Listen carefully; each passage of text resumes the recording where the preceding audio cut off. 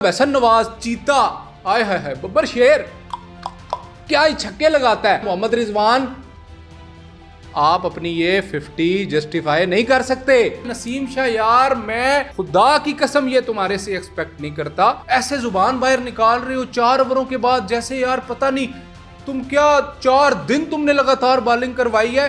हसन नवाज ने 50 नहीं की, हसन नवाज बल्कि पाकिस्तान को मैच जितवा के बाहर आया है। 64 स्कोर की वाह लाजवाब इनिंग यार। नॉट आउट वेस्ट इंडीज की इस पिच पे इस तरह खेलना जिधर आपके बड़े बड़े फन्ने खां बैट्समैन जिसमें बाबर आजम, मोहम्मद रिजवान, साइम अयूब, सलमान अली आगा स्ट्रगल करते हुए नजर आ रहे थे, उधर हसन नवाज का और उनका स्ट्राइक रेट आप कंपेयर करके देखें। पाकिस्तान ने टॉस जीतकर पहले बॉलिंग का फैसला किया जो कि बड़ा जबरदस्त फैसला था क्योंकि रात में उधर ड्यू फैक्टर होता है, थोड़ी सी पिच फ्लैट हो जाती है तो बैट्समैन को थोड़ी मदद मिलती है।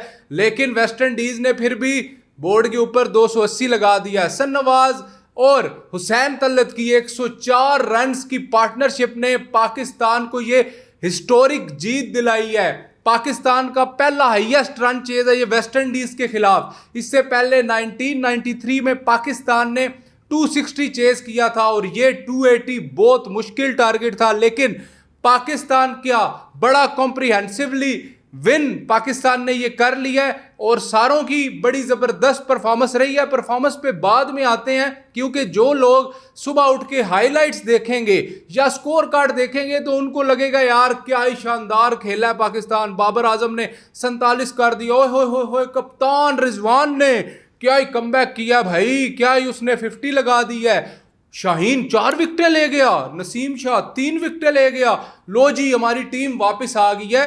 रुको जरा सब्र करो, मैं तुम्हें बताता हूं इन्होंने क्या किया। जीत की खुशी तो हम जरूर मनाएंगे और मैंने आपको बता दिया है कि बहुत एक अरसे लंबे अरसे के बाद पाकिस्तान को जीत मिली है 6 ओडीआईज के बाद। आपको याद होगा ना चैंपियंस ट्रॉफी से पहले ट्राई नेशन सीरीज जो हुई थी पाकिस्तान, साउथ अफ्रीका और न्यूजीलैंड की, उसमें हम अपना आखिरी मैच सिर्फ एक साउथ अफ्रीका से जीते हुए हैं। उसके बाद हम अपने होम ग्राउंड में पिट गए थे चैंपियंस ट्रॉफी और इन्होंने हमें भी बेइज्जत करवाया था और पूरी 25 करोड़ अवाम को भी इन्होंने बेइज्जत करवाया था। उसके बाद ये 6 ओडीआईज के बाद जीत मिलना जरा दिल को सुकून मिला है, लेकिन काम अभी खत्म नहीं हुआ। मैं आपको बताता हूं क्योंकि बॉल बाय बॉल रात को मैच मैंने देखा है। आप लोग तो काफी सारे लोग सो रहे होगे ना, आप सुबह उठ के देखोगे आप कहोगे वेल डन यार पाकिस्तान छा गया, शाहीन तबाही उतार दी बाबर आजम ने, एंड कर दिया रिजवान ने। नसीम शाह ने कहा था मैं कम बैक करूंगा, उसने कम बैक करके दिखाया। ऐसी कोई बात नहीं है। सबसे पहली बात यह है कि वेस्ट इंडीज का 220-225 टोटल लग रहा था। कभी ऐसे लग रहा था 250 लग जाएगा, कभी ऐसे लग रहा था 200 लगेगा। मतलब यह कि पाकिस्तानी बॉलर ने कहीं भी डोमिनेट नहीं किया वेस्ट इंडीज को और वो स्कोर बोर्ड पे 280 लगा गए। शाहीन शाह अफरीदी चले मैं कहता हूं कि यार कमबैक कर रहा है, वो एवरेज बॉलिंग उसने करवाई है, वो ही वापस उसकी पेस 132, 134, 135 की वो करवा रहा है। बड़ी यार मतलब ठीक था, समझ रहे हो। मतलब कोई आप जो कहते हो ना हमारे पास बेस्ट ट्रायो है और दुनिया का सबसे बेस्ट बॉलर है और पाकिस्तान की जो बॉलिंग है वो जनाब दुनिया की किसी भी बॉलिंग के साथ नहीं मिलती। बड़े हमने शाहकार खिलाए हुए हैं, वो बात इसमें कोई नहीं थी। बड़ी एवरेज बॉलिंग करवाई है। लास्ट पे 2 उसने आपके टेल एंडर्स आउट किए हैं और बीच के उसने एक शुरू में एक आउट किया और एक बीच में उसने एक आउट किया, तो उसको बहुत ज्यादा जरूरत है इंप्रूवमेंट की। मजे की बात यह है कि ब्रॉडकास्टर बार बार ईयर वाइज उसकी पेस की परसेंटेज दिखा रहा था। ये देखें जी 2019 में 145 थी, 2021 में 140 थी, 2022 से अभी तक जनाब 128 130 में कर रहे हैं। तो शाहीन साहब आप हर बार मीडिया पे भी डिनाई करते हैं कि मेरी पेस को तो कुछ नहीं हुआ, मेरी पेस तो बड़ी जबरदस्त है। तो इस पे मेहरबानी करें, थोड़ा काम करें। आप जीत गए हैं इसका मतलब ये नहीं है कि चीजें छुप जाएंगी। रियलिटी को फेस करने की हिम्मत रखा करें और समझने की हिम्मत रखा करें और एक्सेप्ट करने की हिम्मत रखा करें। मैं चाहता हूं आप मेरी ये वीडियो देखें और देख के आपको बुरा भी लगे, क्योंकि बुरा लगेगा तो आपको फर्क पड़ेगा तो आप परफॉर्म करेंगे। इसी तरह ही नसीम शाह, यार मैं खुदा की कसम ये तुम्हारे से एक्सपेक्ट नहीं करता। एक बहुत बड़े बॉलर तुम बनने जा रहे हो, जो तुमने अपना बेड़ा गर्क कर लिया यार पिछले 2 सालों में।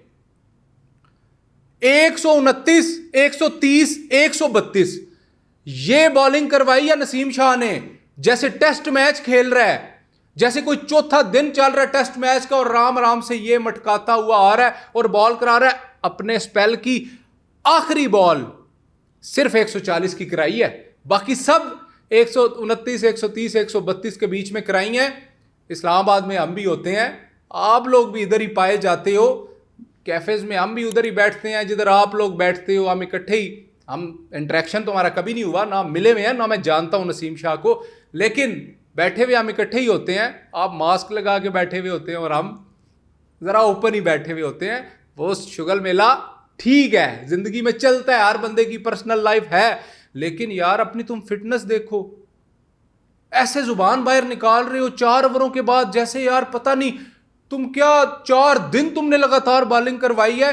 तुम्हारे से खुदा की कसम पूरी पाकिस्तानी कौम ये एक्सपेक्टेशन नहीं लगाती, क्योंकि तुम हमारे आने वाले स्टार हो, तुम्हें ये करना पड़ेगा, तुम्हें ये सीनियरिज्म अपने माइंड से निकालना पड़ेगा। फहीम अशरफ को भाई आज फिर मुझे आप बताएं, फहीम अशरफ को आप कैसे ग्लोरीफाई करते हैं? आज फिर नहीं जस्टिफाई हुआ आपसे। 3 ओवर सिर्फ उसने करवाए हैं, एज अ बॉलर आप उसे खिला रहे हैं और सिर्फ 3 ओवर आप उसको दे रहे हैं। उठा के बाहर फेंके इसे और कोई मेन बॉलर लेके आओ, प्योर फास्ट बॉलर लेके आओ भाई टीम में, जिसने बचपन में आंख खोली और उसने गेंद देखा अपने हाथ में, वो लेके आओ। खुदा कॉफी खाओ। माइक एसन की ये बड़ी ज़बरदस्त बात है कि वो अपने ऑलराउंडर पे जा रहा है कि यार मैं ऑलराउंडर कॉम्बिनेशन बताऊँ। माइक एसन साहब, खुदा का वास्ता ये मशवरा मेरा सुन लेना और मान लेना।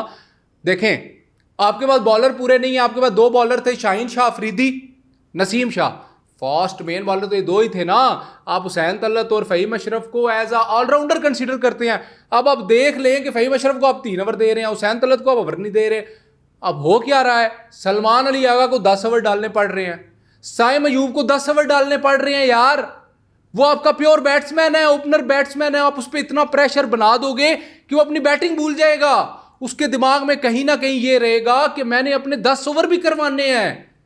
तो खुदा खौफी खाएं, थोड़ी सी बेहतरी लाएं टीम के अंदर और एक पक्का फास्ट बॉलर लेके आए। अब्बास अफरीदी की बार बार मैं बात इसलिए करता हूं क्योंकि मेरे कोई चाचे का पुत्र नहीं है, ना मैं जानता हूं, ना कभी मिला हूं, ना वो मुझे जानता है। उसने मेहनत की हुई है, मेहनत नजर आती है, जोर लगाता है, बड़ी अच्छी परफॉर्मेंस दे रहा है। फहीम अशरफ को उठा के बाहर फेंक के उसे लेके आओ यार, ताकि तुम्हारे 10 ओवर तो वो पूरे करके दे। और उसका नाम इसलिए ले रहा हूं क्योंकि ऑप्शन ही अभी वो है, अवेलेबल ही वो है अभी हमारे पास। और मैं किसका नाम लूं, मुझे आप ये बता दें। खुदा का नाम है फहीम अशरफ साहब, आपकी पर्ची पता नहीं कौन सी कितनी बड़ी है। अल्लाह की कसम, अगर आज तुम खुद रिटायरमेंट ले लोगे ना, अगर तुम ये कहोगे यार मैं परफॉर्म नहीं कर पा रहा, 25 करोड़ अवाम की ये टीम है, मेरे कोई बाप दादा की टीम नहीं है, ना मेरी है ना फहीम अशरफ की या किसी के प्यो की टीम नहीं है, 25 करोड़ अवाम की है, तो यार मैं आज रिटायरमेंट लेता हूँ, मेरा बड़ापन ये है। खुदा पाक की कसम हीरो बन जाओगे।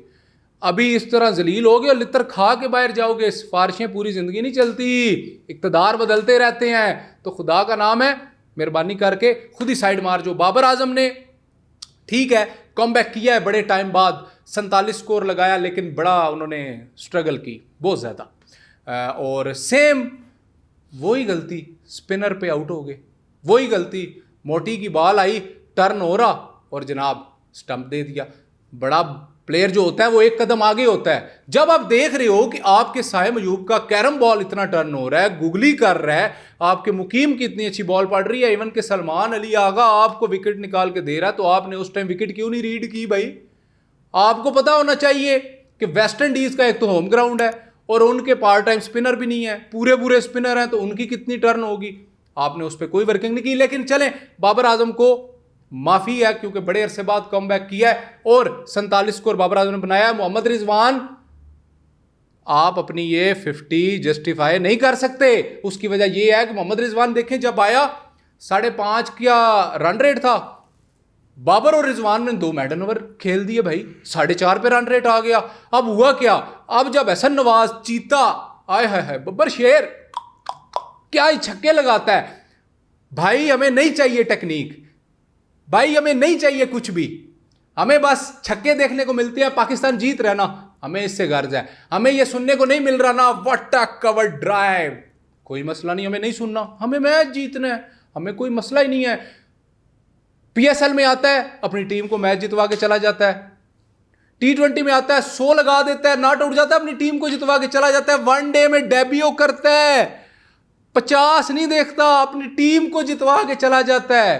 आईसीसी फुल मेंबर टीम में पहले नंबर पे है, 27 छक्के लगा के 2025 में। इसे कहते हैं क्लास। और बड़े बड़े दानिशवर, बड़े बड़े तजिया निगार, बड़े बड़े पुराने क्रिकेटर कहते हैं इसकी तो टेक्निक ही नहीं है। अब भाड़ में जाए टेक्निक भाई, हमें जीत से मतलब है। और आज लव यू यार, दिल जीत लिया हसन नवाज, जिस तरह तुमने खेला, 84 रन की दोनों ने पार्टनरशिप लगाई, हुसैन तलत और हसन नवाज ने। बहरहाल जी, कुल मिला के पाकिस्तानियों खुलासा ये था, मुझे गालियां देने की जरूरत नहीं है कि पाकिस्तान जीत गया फिर भी ये कह रहे हो बड़े होशियार हो तुम, ये वो। भाई आपने हाइलाइट्स देखी होंगी या आपने स्कोर कार्ड देखा, आप एक एक बॉल देखें, आपको खुद समझ लग जाएगी। बहरहाल वेल डन पाकिस्तान, पहली जीत पाकिस्तान को वेस्ट इंडीज के खिलाफ मिल गई, ओडीआई में हिस्टोरिक विन है। और मैं चाहता हूं कि अगले दोनों मैच भी पाकिस्तान ऐसे ही जीते। अपना और अपने इस चैनल का ख्याल रखिएगा, क्योंकि इधर होगी वही बात जो है एक रियल क्रिकेट फैन के दिल की आवाज।